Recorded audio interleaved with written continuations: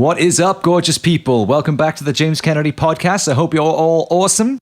I got a great one lined up for you guys today. A chat that I've been looking forward to having for a really long time. I've been chasing this guy for ages and I finally managed to nail him down. But before we get down to business, have you subscribed to the podcast? I know this is like a really boring preamble that I do literally every single time now, but I'm gonna keep doing it until every single last one of you has hit the damn subscribe button, hit the star rating button, and left a goddamn review. I mean, come on, I'm good to you guys. Get on it.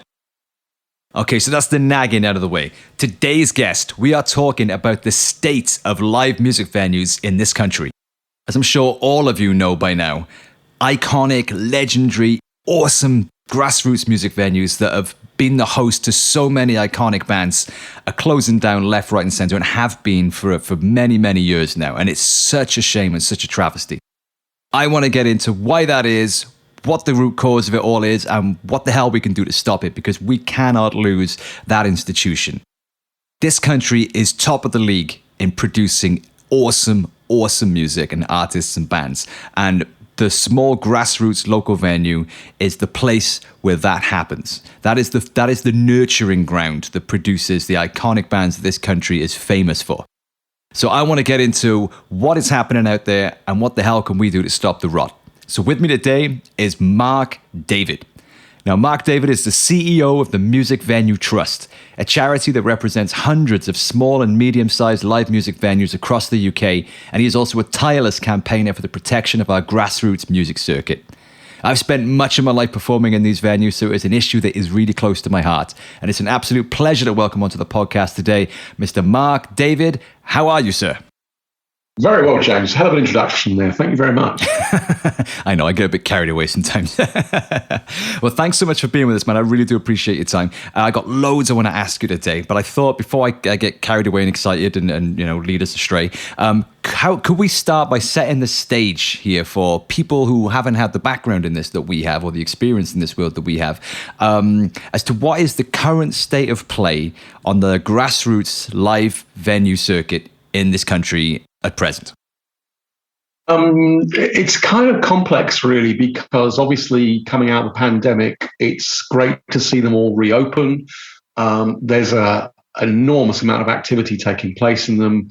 We've not only got 2022's tours and events, but we've also picking up reschedules, cancellations from the last 2 years. So most of them are open, probably more than they ever have been. Whereas they might have been open 4 or 5 nights a week, they're now open 6 or 7. Wow! But it's not without its challenges. We're still seeing a huge number of cancellations. We're seeing tail off from ticket bookings. We're seeing, obviously, the cost of living crisis is now starting to hit people. And frankly, just the sheer amount of stuff that's out there is causing some problems with, attendance at each show. So overall, it's got its positives and its negatives. I think the big thing to talk about really is that from the pandemic, this sector has acquired just over £100 million in new debt. And that this is not a sector that can really manage that very well. It doesn't have huge finances to back it up. So it isn't over, because it's going to take 3 to 4 years for them to recover. My feeling on this was that, things were pretty bad before COVID. I mean, before COVID, I was seeing some of my favorite venues sort of closing down, on quite a frequent basis. So what's the root cause of this? Is it just a change in how people consume music now? Or is it to do with, the cost of keeping these venues open, to do with, the peripheral costs, such as, beer taxes and things like that, or rents, or gentrification? Or is it a mixture of things? Because this is not just a COVID era problem, is it? This is going back quite a way now. This has been happening. Yeah, I mean, it's been going on for really certainly the last 20 years. I mean, in the period 2008 to 2015, 35% of these venues, trading venues, closed down. We ended up with 35% less. Some people open a few venues, but even more closed. I think it's easy to describe it in 2 levels, really. The easy to understand level is the sort of thing that people react to in social media and that people feel really angry about and they respond to. And that would be venues being closed by noise complaints, venues being closed by gentrification, venues being kicked out by a landlord. These kind of things are easy to get angry about, and they result in petitions, and they they feel good while you're being angry about them, and sometimes you can solve them. But underlying all of that is a much more serious issue, which is the economics of running a music venue haven't really been addressed in the last, frankly, 25 years. And those economics have radically changed. And we haven't really addressed what a modern grassroots music venue needs to look like in order to withstand those pressures. And key amongst that, and really underpinning so much of the rest of the things that's going on, is about the ownership of the buildings. 93% of these venues are tenants. They have a private landlord, either a private individual or a commercial company that wants to make money from the building. And it doesn't take much to realize that what do those landlords want? They want a nice, quiet tenant who's got lots of money. That's literally the description of the opposite of a grassroots music venue. They're a noisy tenant that's struggling to get by, most of them operating in a kind of quasi not-for-profit manner. Yeah. And everybody that's doing it is doing the same thing. We've got venue operators who are not making a profit. We've got artists playing them that are currently not making a profit and may never make a profit. But we've allowed them to exist in this commercial space where their landlords, for perfectly justifiable reasons, want to make money out of the property they own. And we have to address that. That then leads us to address lots of other things. We like to talk about something called the grassroots pound. And that's our analysis of when you hand over a pound at the door of one of these venues for a ticket to see your favorite artist or see a new band you might get into, how much of that pound is actually ending up in the hands of either the artist or the crew or the people who put the event together? And the answer is that once you take out very badly thought through taxation of VAT or whatever else it is, business rates and rent, even just those three things have taken out about 42 pence in every pound. Wow. So when people ask me, well, James, you played these venues, you'll know the fees for playing these venues are still frighteningly low. I first promoted in one of these venues, believe it or not, 36 years ago now. On the night I promoted the first band I ever promoted, I paid the support band £50. 36 years later, we're still paying them £50. Yeah. Oh, yeah. Yeah. And why is that? It's because the essential economics of that grassroots pound have not been looked at properly. We haven't said, where is the money going? And is it going to the right people for the right things? And who hasn't looked at that? I mean, everybody, frankly. Music industry hasn't looked at it properly. What are they doing about making sure we're not paying out private landlords? What are they doing to own our venues? What is government doing about taxation? We have the highest rate of VAT on grassroots ticketing anywhere in the world. Wow. We're supposed to be a music nation, and we tax the research and development of our new artists higher than any other country in the world. That's just stunning, really, when you look at it that way. And business rates, well, these, I like to call this the kebab question. I've eaten a lot of kebabs. Why have I eaten a lot of kebabs? Because I go to a lot of gigs, and when I fall out of the gig at about 11:30, I'm hungry and I go to a kebab shop. Okay. Have I ever left my house at 11:30 to go and buy a kebab? Right. No, that's never happened. Yeah. Right. So why do you want these type of venues, what we call destination venues? Why do you want them in our communities? Because they drive other economic activity. For every £10 spent on a ticket in a grassroots music venue, £17 is spent elsewhere in the nighttime economy. Right. So if you've got a show that's taking a couple of £1,000 in tickets, £3,400 in economic activity is being spent elsewhere in bars, restaurants, transport, in the rest of the economy, in the pubs and bars surrounding that thing, on taxis, on kebab shops. How do you keep the nighttime economy running? You give people reasons to go out. So why do local authorities charge music venues excessive business rates and late night levies for encouraging people to come out into the economies that they need them to use. It doesn't make any sense. You know, and on that ownership issue, we're currently launching a big program we call Own Our Venues, which is to change that ownership model and to finally put the music community in charge of the freeholds of these venues, not to run the buildings, but just to prevent that money from leaking out the system when it could be going to artists, to crew, to venue operators, to production crew. You know, that's where it belongs. That's what you gave it at the door for. Well, I want to get into all of the ways to fix this as well, because it's fascinating stuff. But I wanted, one of the things that I've always wondered as well is that, having sort of been a participant in these venues and also someone performing in them, you know, quite intensely for the past 20 years, I've personally noticed, I'm not sure if it's just my own band, but I've personally noticed a drop in attendance across the board. Does that play a role in this? Is that universal, or, you know, is that just my own experience? Do you know what? It's difficult to gauge because it goes in waves and patterns. What we can say is that the decline in the number of music venues is not actually mapped to any kind of perceived decline in the number of attendees. Right. So actually, you know, sometimes you see swathes of music venues being closed down by gentrification or development in a particular city or in a region, or, you know, for whatever reason. And at that time, we may have a lot of bands out that are attracting a lot of people. So the two things are not very closely aligned. Has there been a downturn in the number of people going to live music? No. Right. There's actually been an upturn in the number of people going to live music. However, in that 20-year period, how much of the live music that they're going to see is now taking place in other locations? Got you. And particularly, I would look at festivals. You know, when I started in this industry, I think there were approximately 8 festivals, believe it or not, you know, that had any kind of serious music content. I don't actually even know how many there are now, but I suspect there are more than 1,000. And I think the total spend on music continues, live music particularly, continues to increase. And live music is still music is the number one cultural decision that young people continue to make, however they choose to make that decision. So is the audience there? Yeah, I suspect it is. Are they particularly tied into going to grassroots music venues to see new and emerging bands?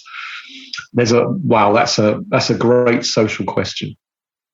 Yeah, well, something that I observed when I first started gigging back in the early 2000s and onwards was when we first started gigging on the circuit in these very venues, it still very much felt like there was an old school kind of scene, you know? It had that vibe about it. And then as the industry started to go south and started to experience problems as a result of the introduction of digital and all that sort of stuff, you know, all the things that we know about, I noticed there was a change in the vibe. Like, promoters started doing this thing whereby instead of curating a bill of good bands that all complemented each other musically and were part of building that scene, they would just chuck on a ragtag, you know, assembly of bands that had nothing in common with each other at all musically, apart from the fact that they could promise to shift X amount of tickets. And it became very much a kind of, it just lost the soul of it all. You know, like, people would come along to a gig and have to sit through 7 bands that had nothing to do musically with the only one band they came to see, which was their mate's band, you know, because, you know, their mate's band only got the gig because they promised that they'd bring a busload of their uni friends in or something. And it was around that time that it felt differently. It felt different as a band performing on that, because you did very much feel like it was just a conveyor belt, you know, industrial kind of money-making thing for a struggling venue. But I also noticed that seemed to be felt in the audiences as well. Like, the audiences were thinning out more and more and more. And then you start to see the venues closing their doors. And I just felt that maybe it was a reaction to that.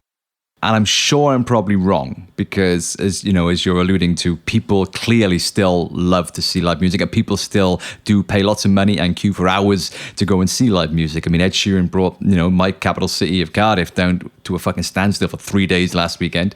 You know, so people are clearly happy to spend the money and queue and, you know, pay $10 for a beer and things like that to go and see the music that they want to see. So in terms of the grassroots, smaller local venues putting on original bands, Does audience attendance play a part in this? Is attendance a factor in this, in keeping the venue's doors open, or am I completely way off guard? Well, the great thing about your podcast, James, is that we can have an incredibly free-ranging and freewheeling discussion of all the reasons why that might be. In that 20-year period, well, let's just revisit that. The underlying point here is that people are forced to make, venue operators and promoters are forced to make commercial decisions that we don't really want them to make.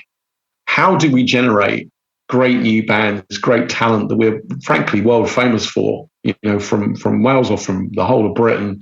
We're famous for producing brilliant new bands, and a lot of them really unexpected.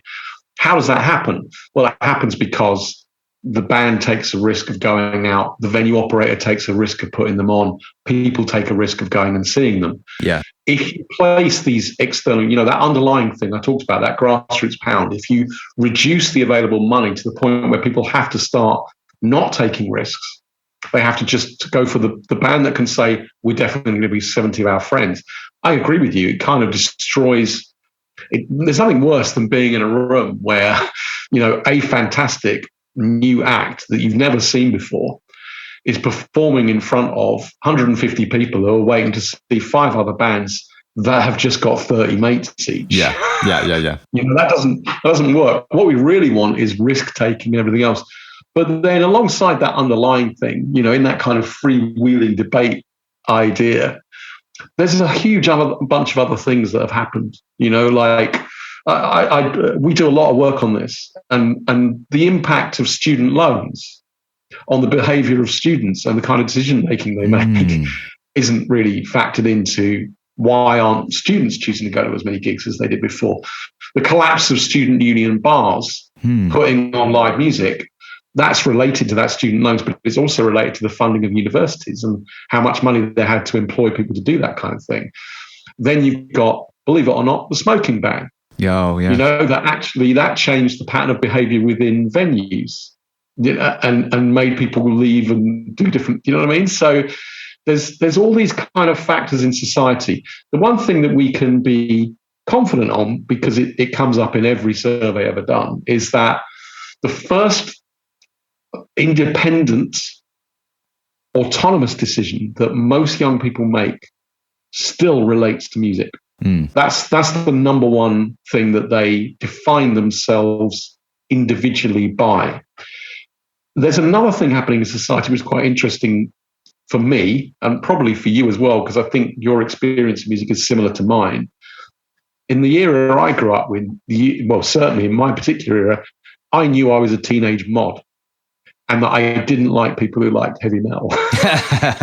And then later on, I decided that I really liked heavy metal, and that meant that I didn't like pop music. Yeah. And I think there is this kind of very weird contagion, which is, I think, is positive in some ways for the sound of music. There's lots of interesting music being made that you wouldn't ever have heard before, but then isn't very good for that kind of tribal instinct, like, this is our band. Yes.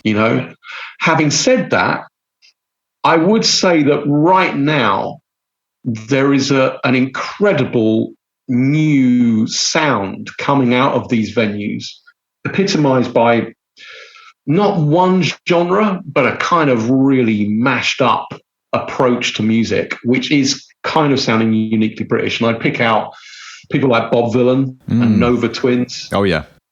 And Benefits that I saw recently. It's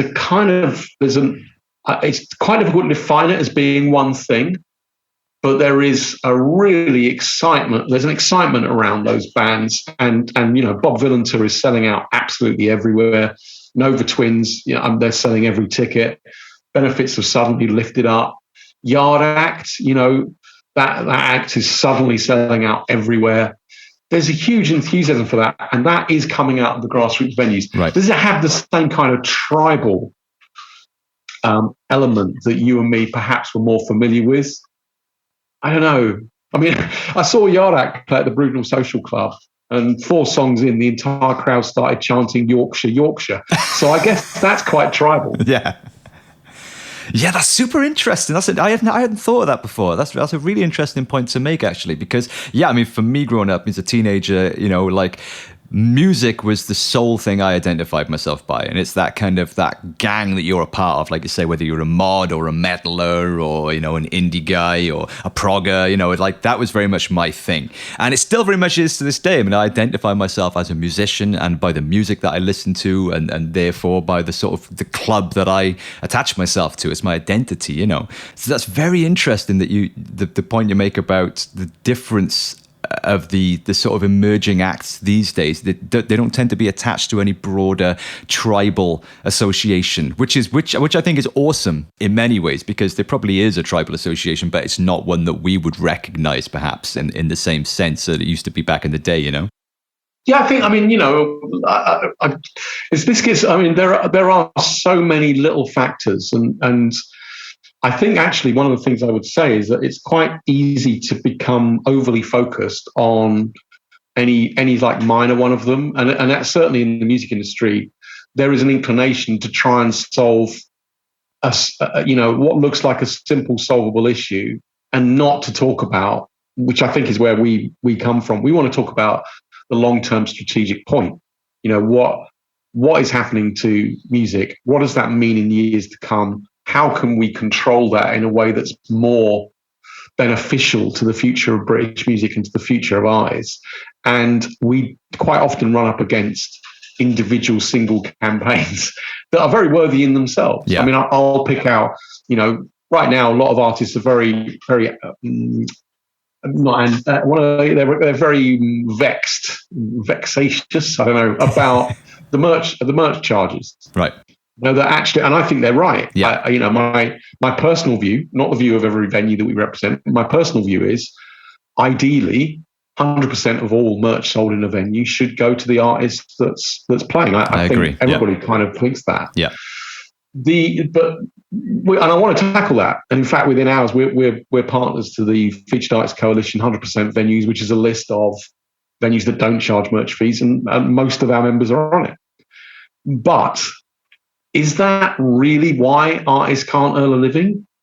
And the answer to that is no, it isn't. There's, you know, I would, if an artist is being paid as a support act 50 quid, manages to sell 5 T-shirts, that isn't going to solve the fact that they were being paid 50 quid. No.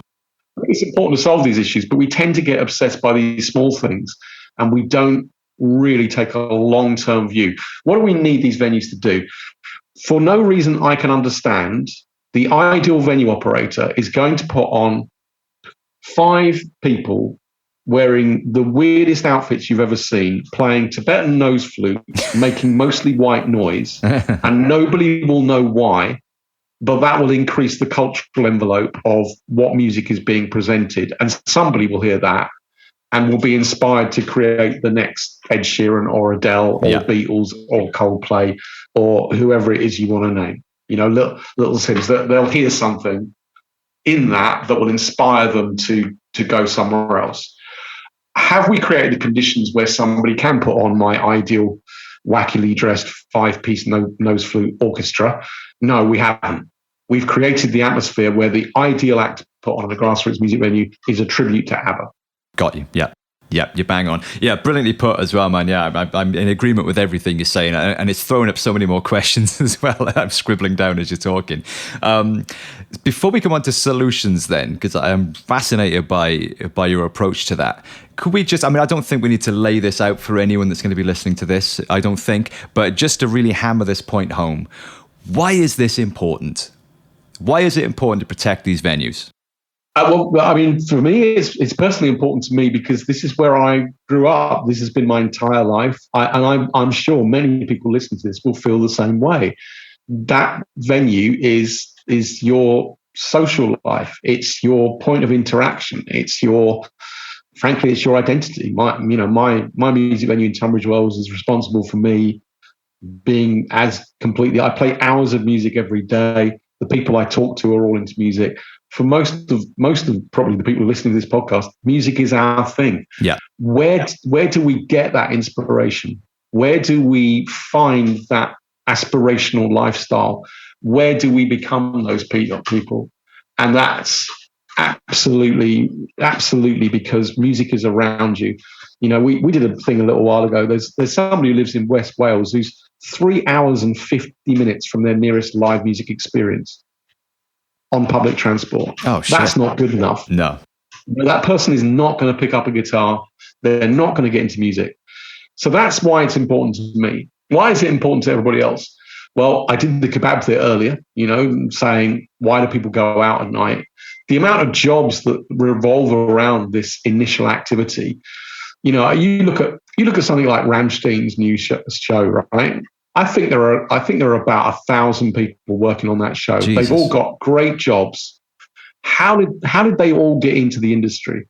How did that band get to where they are? How did those jobs get created? And the answer is there were spaces for people to walk into, to look at the lights and say, wow, I bet I could make those look good. I bet I could do that job. But if you don't see it, you can't be it. Yeah. And so these venues being in there, being in our communities, creates aspiration. It creates economic activity. It creates literally tens of thousands of jobs in our industry.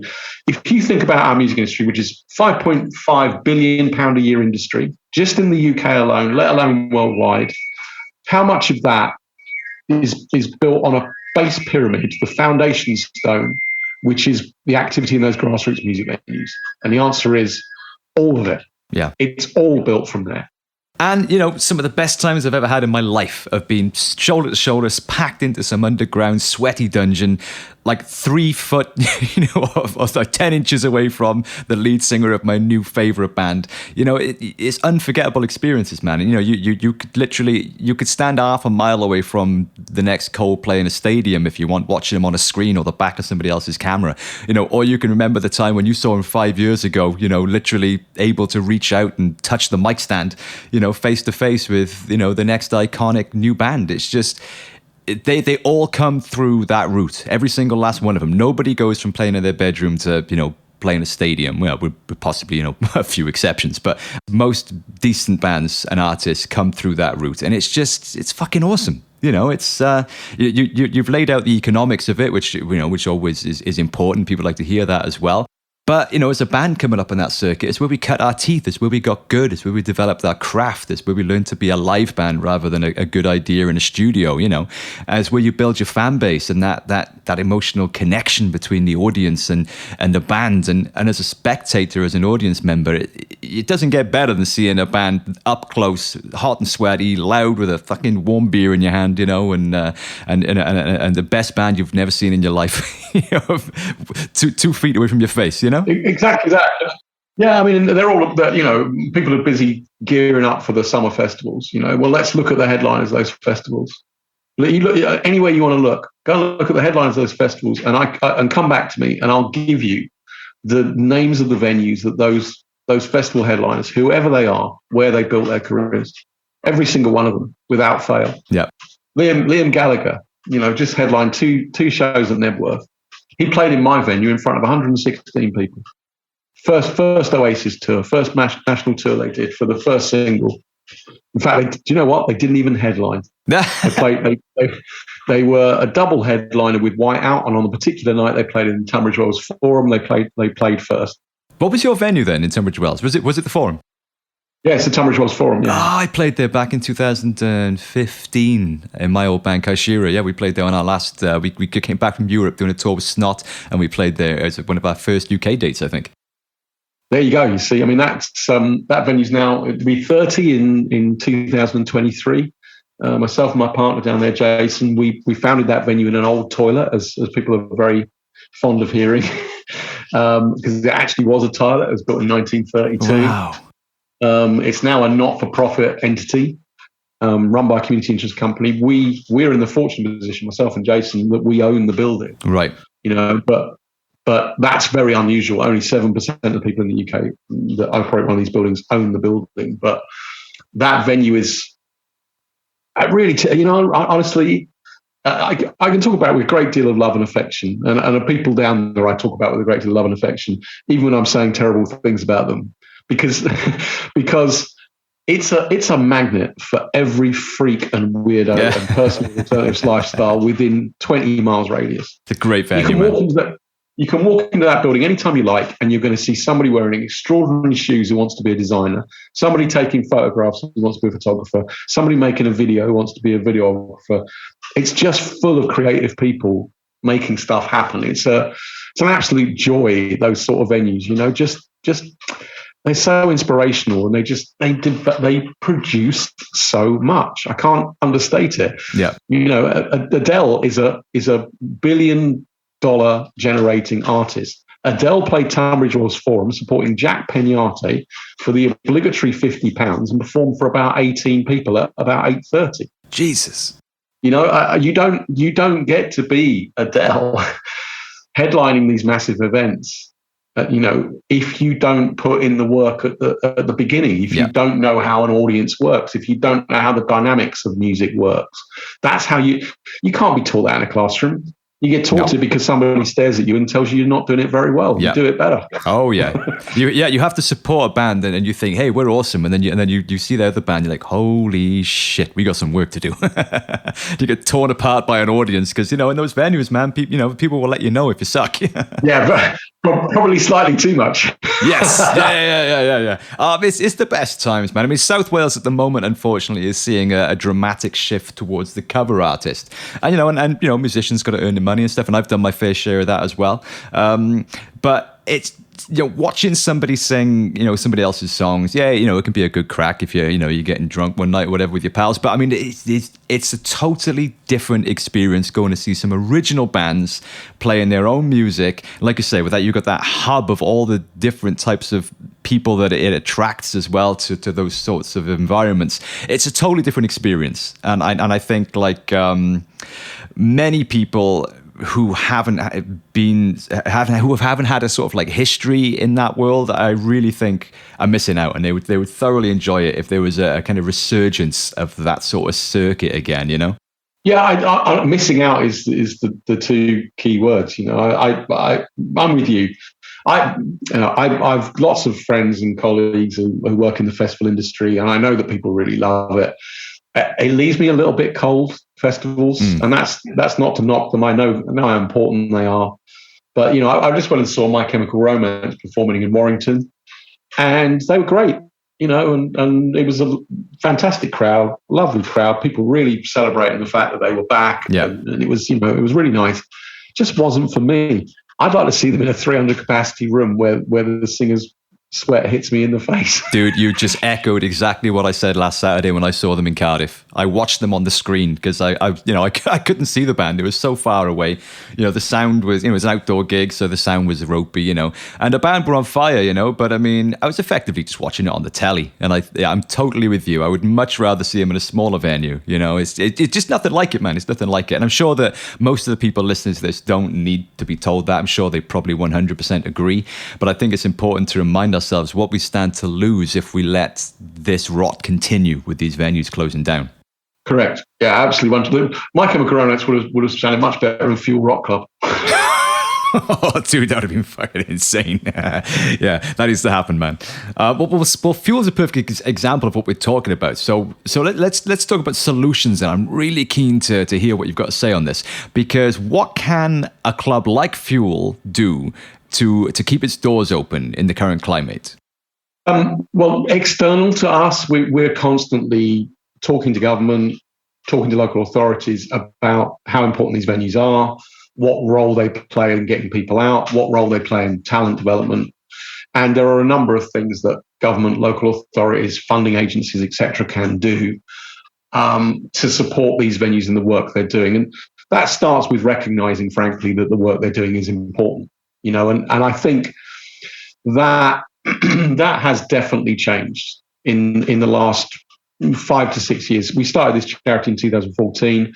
The first thing we had to do was think of a better name for it, because at that point everyone was calling them the toilet circuit, or dive bars, or in Australia they call them sticky carpet venues, which I really like. That's a great, very onomatopoeic. There's nothing wrong with that. Yeah, but so we originally, the first thing was to change the language. We came up with that phrase, grassroots music venues.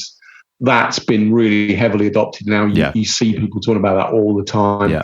That means that you can imagine somebody jumping up in Parliament or in the local council and saying, "I'm concerned about grassroots music venues," in a way you couldn't have imagined them saying that. That was Toilet Circuit. Yeah. What can they do? They could make the taxation regime, whether it's rates or VAT or anything else that it is, frankly, they could make that more supportive of the work that this is doing. They could recognise that this is research and development and tax it in the framework that we normally do that. In the UK, there are research and development tax incentives for every sector except culture. Right. If you are investing in the development of nuclear weapons, they will give you 120% tax break. Wow.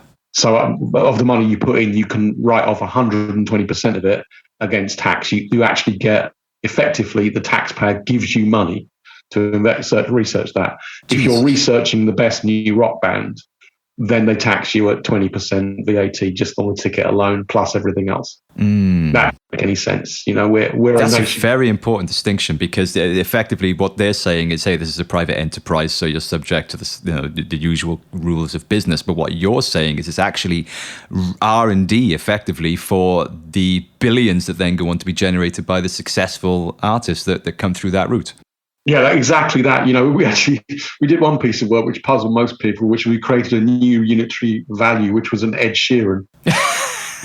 What is the value of an Ed Sheeran? I love it. In the UK economy, and how do you produce an Ed Sheeran? And the answer is, Ed Sheeran played 366 shows at grassroots level before he broke into the point of the touring circuit, the kind of academy group venues where he started to make money.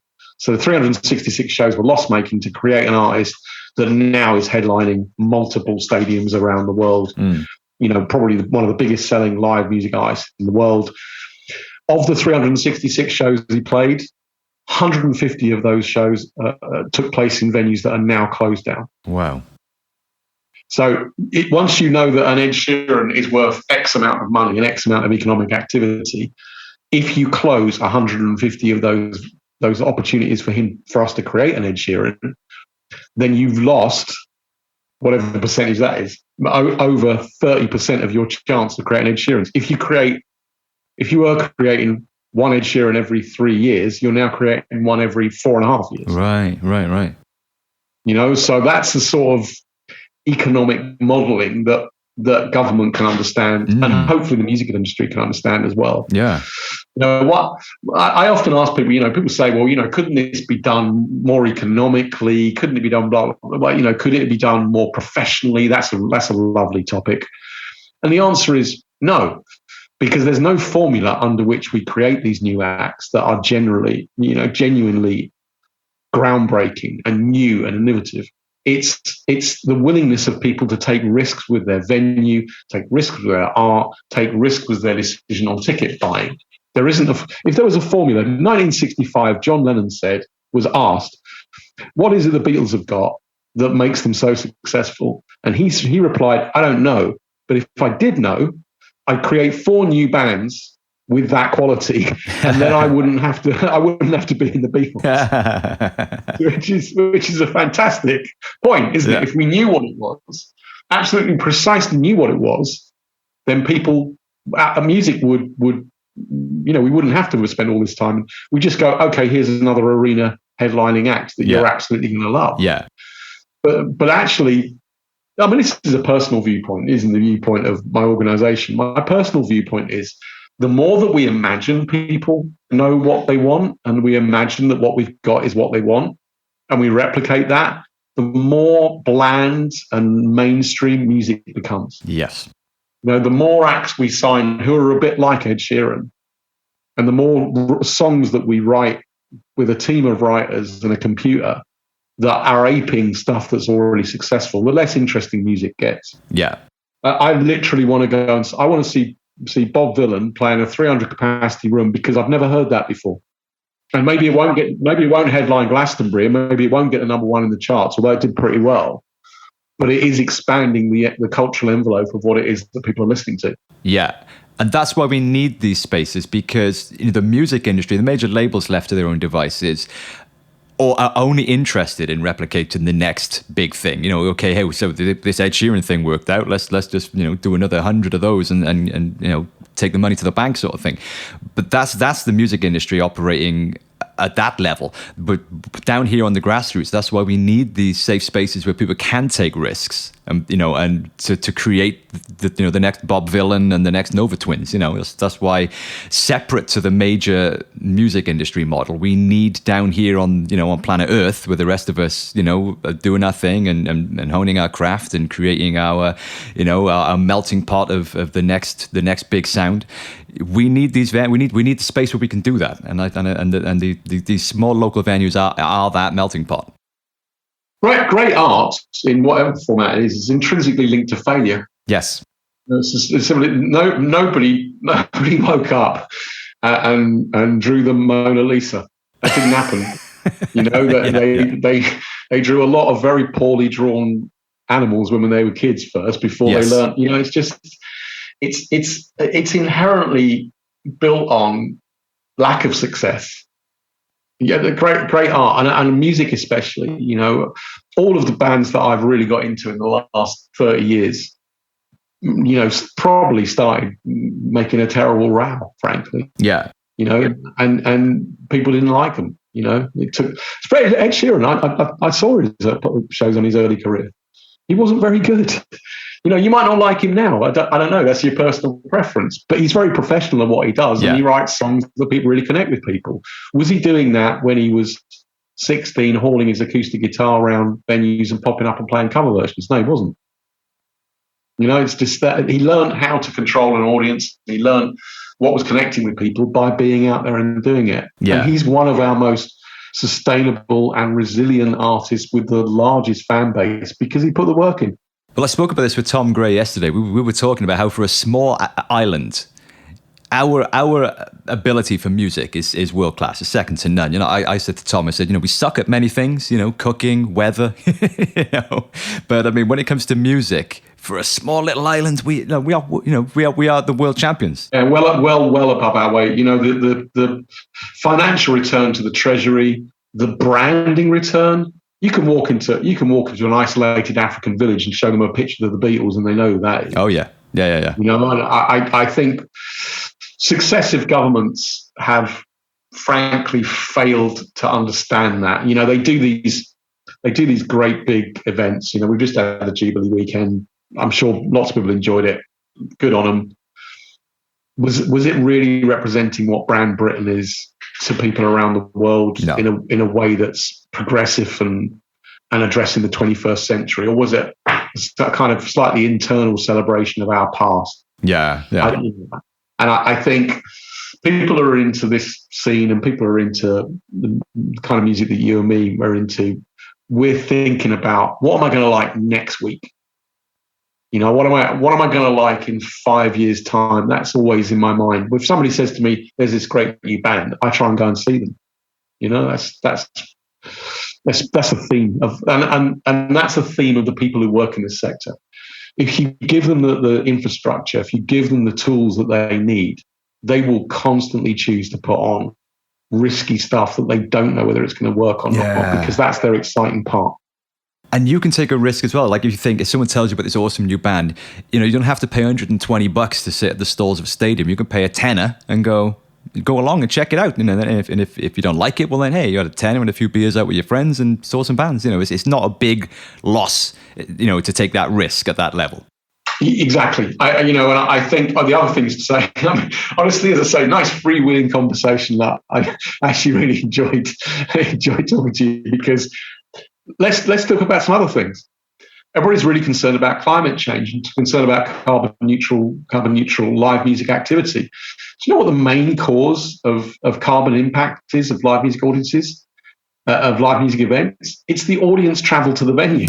Really? That's the number one thing that's actually a big factor. Radiohead did a load of work on this when they were touring America about 10 years ago. And the answer that came back very quickly was, well, it's actually the audience traveling to your massive show that's contributing about 2/3 of the carbon impact. Wow. Okay, so what have these small venues got to offer that? You walk there. Mm. You walk there. That's it. You can walk there. I mean, I think in our statistics study we did about 4 or 5 years ago, about 72% of the audience had walked to their local venue. Walking's cheap. There's a cost of living crisis going on. Walk to your local venue, pay 10 quid to get in, see a brand new band, probably get a higher level of excitement out of that than you will by spending 120 quid to stand at the back of a great big arena that you had to drive to. That's an amazing point to make. I'd never thought of that. Yeah. How did Coldplay eventually become a carbon neutral band? Buy electric vehicles and play 300 capacity venues. I don't think they're going to do that, but that is the genuine answer.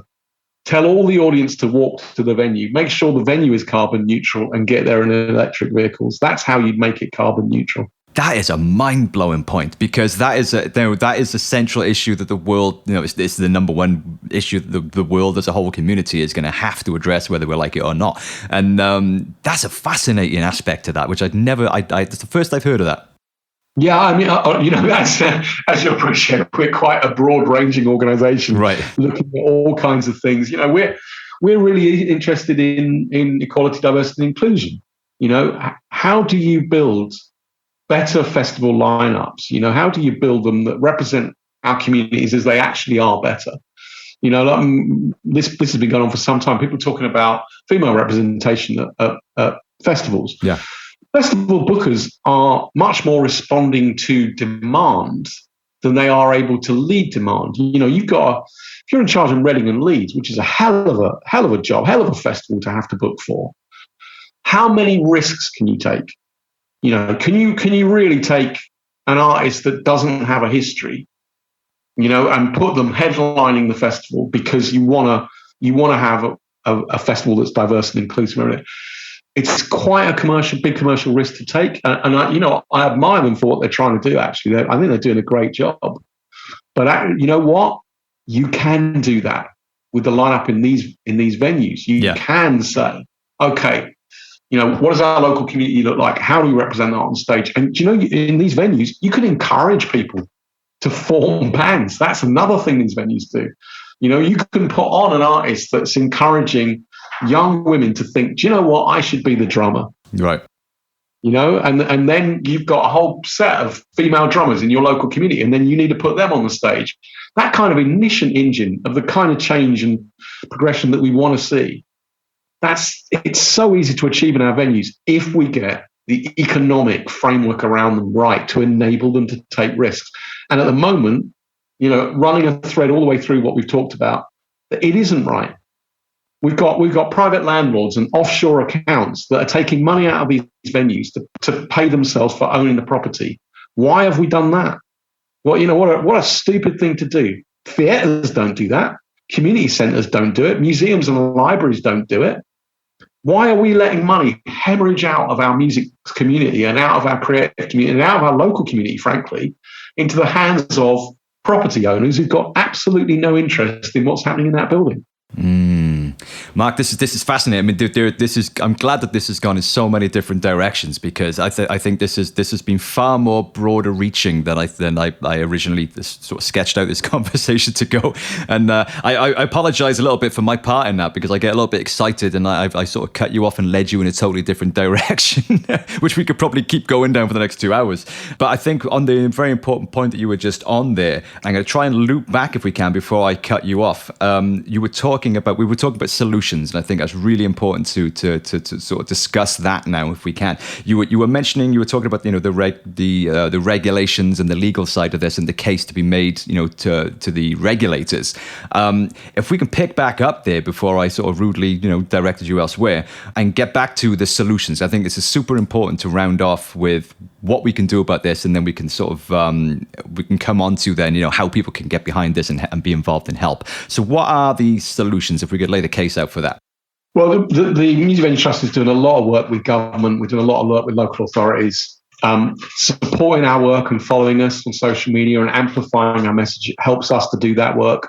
We are winning. We've made changes to the planning law. The number of venues that were closing before the pandemic actually had bottomed out after nearly 20 years of consistent declines. Finally, in January 2020, I was able to stand up and say there were more venues trading in January 2020 than there were in 2019. That was an amazing turnaround, and it was done because our community has been very, very vocal about how important these venues were. And then during the pandemic, with the Save Our Venues campaign, we stormed that. I don't mean us as a charity. I mean the whole music community absolutely stormed that. We were so vocal. We stood together. We really got government action underway. There were lots of things wrong with what was done. Not enough people got support. But in fact, we lost hardly any venues to that epidemic, which is a phenomenal piece of work. Yeah. Everybody who joined in with that campaign, we salute you. It was amazing. While we're doing that, while we're talking to government about what they should be doing, we have to get our own house in order. And the number one solution is we have to change this ownership model. Until we as a music community own our venues, we're always constantly going to be faced with people being kicked out, venues being closed down, venues being badly treated by local authorities, by developers, by whoever else it is, because they've got another agenda. These spaces are ours. We need to own them. And so to achieve that, we've just launched a new organization called Music Venue Properties. And everybody, literally everybody listening to this, can invest in that company and become a co-owner of initially 9 music venues, which we're planning to buy with the investment.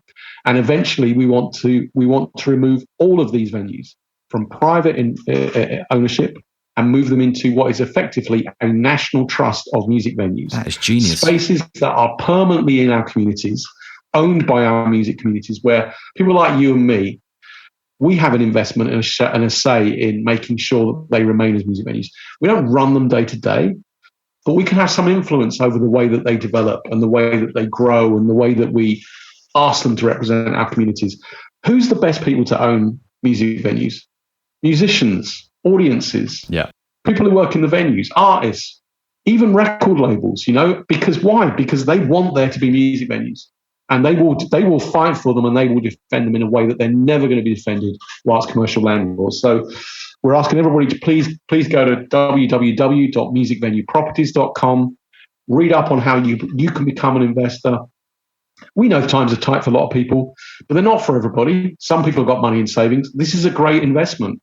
It's got a 3% return on it. If you've got money in a building society, you'll know immediately. 3% right now is pretty good. So you put your money in, you're not donating it, you're becoming an investor, you're becoming a co-owner of the UK's grassroots music venues, and your investment in that will last you a lifetime. It won't just reward you because you might get 3% back on the money you invest. It's going to reward you because your local music venue will still be there. That is a genius idea. I absolutely love that idea. It's sort of like a cooperatively owned music circuit. These are our venues, and we own them. They can't be whipped away from us by some scurrilous kind of landlord at the drop of a dime. I think that's a absolutely genius idea, and it's actually it sort of enhances that feeling of community ownership as well, doesn't it? And it takes away all of the economic risks that we've been describing and the detrimental effects that has on the culture throughout this entire chat. It seems like such a simple solution. I'm amazed that hasn't been thought of before. Yeah, I mean, well, just imagine the conversation. You're out with a bunch of mates. You haven't decided where to go for the evening. And then they say, well, where should we go? What are you going to say if you're a co-owner of a music venue? Come to my place, yeah. Come to my place. I want thousands of people, literally thousands of people in the UK to be able to say, come to my place. I'm the co-owner of this. I want them to walk up outside the building and say, I'm the co-owner of this building. Yeah. I've got a stake in it. I care enough about it that I've taken a share in this, and I'm taking you here because I think that you should become a co-owner. I think you should invest in it as well. I think everybody that cares about music should have a small stake in that landscape of our venues, in the infrastructure in which our music is created, where it develops and where it happens. I think that is an absolutely beautiful idea. I love it, and I'm keen to get involved myself. So what was the link again, did you say? Go to musicvenueproperties.com. Or just search the hashtag own our venues and you'll see lots of activity directing you there. And then you can, like I say, read through. We don't want anybody to invest any money they haven't got. Don't borrow money. Yeah. but it's got quite a low level of early investment. If you're under 25, you can invest just £100. If you're over 25, minimum investment is £200. You can honestly, I put some money in there because it's a better rate of interest than I was getting on some of my savings. And it's just sense. It makes common sense. It's just like, I want to protect it. What can I practically do to protect it? I can do that. I think that's absolutely a brilliant idea. I'm all in on that, man. It's the first thing. As soon as we finish up the day, I'm going to go and check out that myself. I feel like a terrible salesman, but I'm only selling it to you because I believe in it. I'm literally, I believe in this. I'm not benefiting you from it in any way. I'm not getting paid some amazing salary to tell you to do this. I just think this is the solution to the protecting the venues that we really, all of us in this music community, want to see survive for not just next month or next year, but for decades to come. Beautiful. Yeah, no, I think it's an easy sell, to be honest. I think anyone that's listened to this is going to be sold on that idea. I think it's an absolutely brilliant idea. The idea of sort of like decentralized, democratic, collective ownership fits very well with my left-wing ideals as well. So I'm all for that, man. Yeah, might be quite socialist for some people, but you know what? Actually, believe it or not, community ownership was in the Tory party manifesto. Yeah, well, it appeals to both the right and the left, depending on which way you want to spin it. I mean, if you want to own some shit and invest in some shit, then, you can take that right-wing approach to it, get the right-wingers on side. Or, if you want to take the more anarcho-syndicalist, communistic, kind of, hippie commune type of mentality as well, we can get the left-winger socialists on board as well. But, it ticks all the boxes, doesn't it, So, talking about the Music Venue Trust then, what can people do to support the broader initiative outside of the ownership aspect that we talked about in terms of the broader campaign for the regulations and the general sort of ongoing health of the grassroots venue scene? What can people do to get involved and help the Music Venue Trust? Always just keep a tab on musicvenuetrust.com, which is our main website where we're announcing stuff. It's great to follow us on Facebook and on Twitter and on Instagram, amplifying our messages when you see them. We quite often have a little campaign about something, and if you can just use your voice to retweet or share or repost. We're not big on petitions because we know that government don't read them very much and they don't pay much attention to them. When you see something from us, it's more likely to be to actively get involved. So we quite often ask people to write to their MPs about a specific issue. We're very, very into direct action. We're a bunch of activists who came out of this circuit.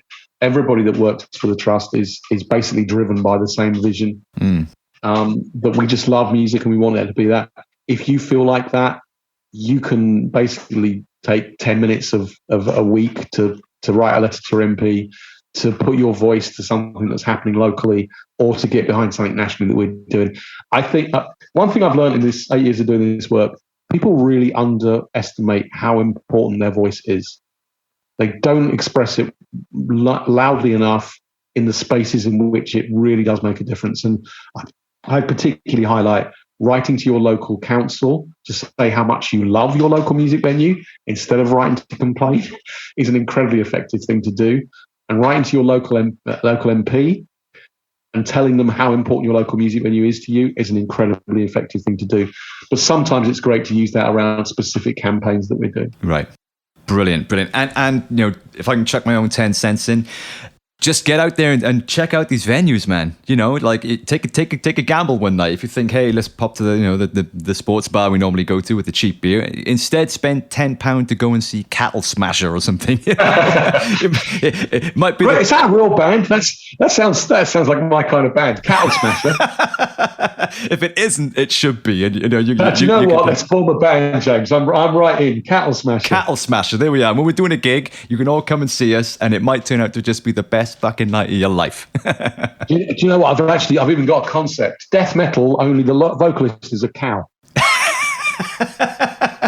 You see, you're not going to get that at Slippery Joe's sports bar. You're not going to get that. You're only going to get that in your local grassroots venue. So, if you want to see Cattle Smasher, which is now going to happen. It's now a thing.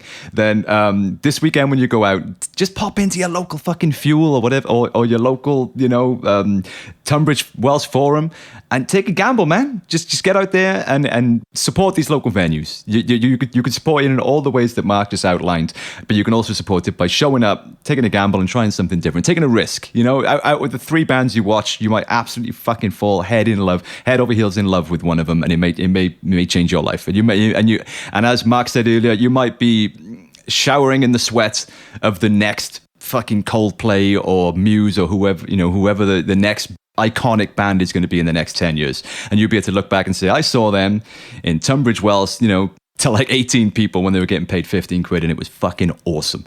So get out there and do that. It's good for your soul. It's good for the music scene, and it supports the venues. And you can thank me later. Great salesman. Great salesman. So, Mark, thank you so much for your time, man. I thoroughly enjoyed talking to you. I feel like we could probably talk for hours, but I know that you're a busy man and I've got to let you go. But I've thoroughly enjoyed the chat.